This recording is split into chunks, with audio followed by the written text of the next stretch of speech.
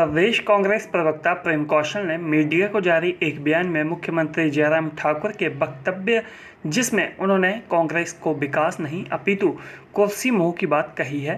प्रतिक्रिया व्यक्त करते हुए उन्होंने कहा कि उनका कथन केवल खुद का उपहास उड़ाने वाला है, क्योंकि इंफ्रास्ट्रक्चर डेवलपमेंट तथा मानव संसाधनों के विकास के साथ देश और प्रदेश की आर्थिक ग्रोथ भाजपा सरकारों के एजेंडे में कभी रही ही नहीं। विकास करने की बजाय देशवासियों की मेहनत तथा पंडित नेहरू, इंदिरा गांधी सहित पूर्व में रहे देश के प्रधानमंत्रियों एवं देश के विभिन्न वर्गों के योगदान से देश को समृद्ध तथा वैश्विक शक्ति बनाने के उद्देश्य से जिन संपत्तियों का सृजन और निर्माण किया गया था, भाजपा सरकार आज उनको बेचकर देश तथा देशवासियों के साथ धोखा कर रही है तथा युवाओं के भविष्य को अंधेरे की ओर धकेलने की नीति के ऊपर कार्य कर रही है। प्रदेश के मुख्यमंत्री जयराम ठाकुर जी पिछले कल मंडी जिला के सरका घाट के दौरे पर थे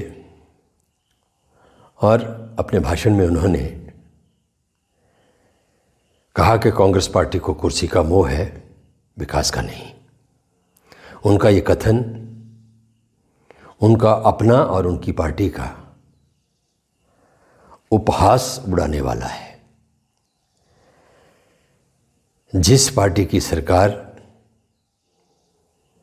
देश की आज़ादी के उपरांत पंडित जवाहरलाल नेहरू, श्रीमती इंदिरा गांधी और इनके अतिरिक्त पूर्व में देश के अनेक प्रधानमंत्रियों द्वारा देश की प्रबुद्ध जनता की मेहनत से और समाज के विभिन्न वर्गों के योगदान से सृजित की गई और निर्मित की गई संपत्तियों को बेचने में जिस पार्टी की सरकारें लगी हों, उस सरकार का एक कोई नेता, कोई मुख्यमंत्री यदि कांग्रेस के ऊपर कुर्सी मोह का आरोप लगाए, विकास को अधिमान ना देने की बात करे, तो निश्चित तौर पर ये स्वयं का अपना ही मजाक बनाने और उपहास उड़ाने जैसा है। देश और प्रदेश के अंदर इंफ्रास्ट्रक्चर डेवलपमेंट तथा मानव संसाधनों के विकास के पथ पर चलते हुए आर्थिक ग्रोथ करने के मार्ग पर चलने की बजाय वर्तमान सरकारें पूर्व में अर्जित संपत्तियों को पूंजीपतियों के हाथों में बेचने का काम कर रही हैं और इस नीति के ऊपर चलते हुए ना केवल देश के साथ और देशवासियों के साथ धोखा और बेईमानी की जा रही है, बल्कि इस देश की जो युवा पीढ़ी है वर्तमान में और आने वाले समय में, उसको भी अंधेरी गलियों की तरफ धकेलने का काम किया जा रहा है।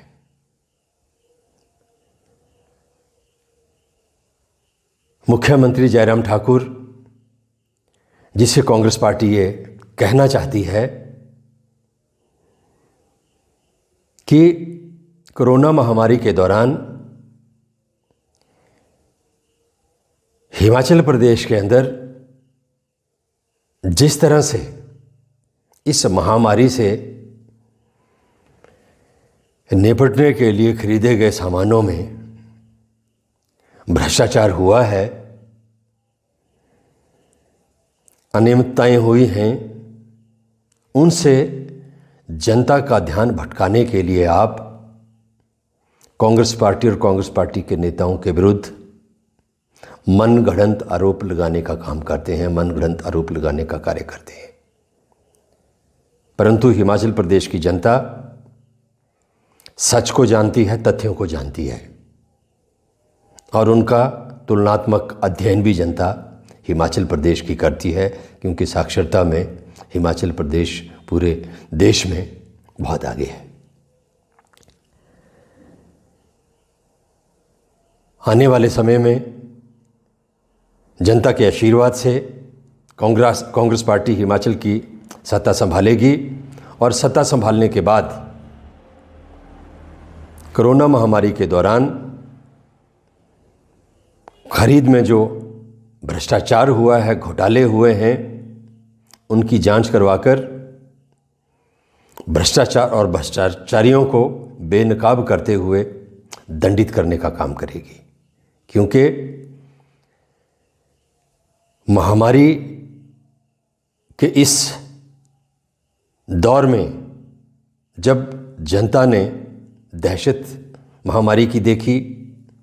असुरक्षा की भावना से लोग ग्रसित थे, ऐसे दौर में भी जिस सरकार में और सरकार के संरक्षण से भ्रष्टाचार को अंजाम दिया गया हो, इससे निम्न स्तर में समझता हूँ शासन का और प्रशासन का कभी हो नहीं सकता।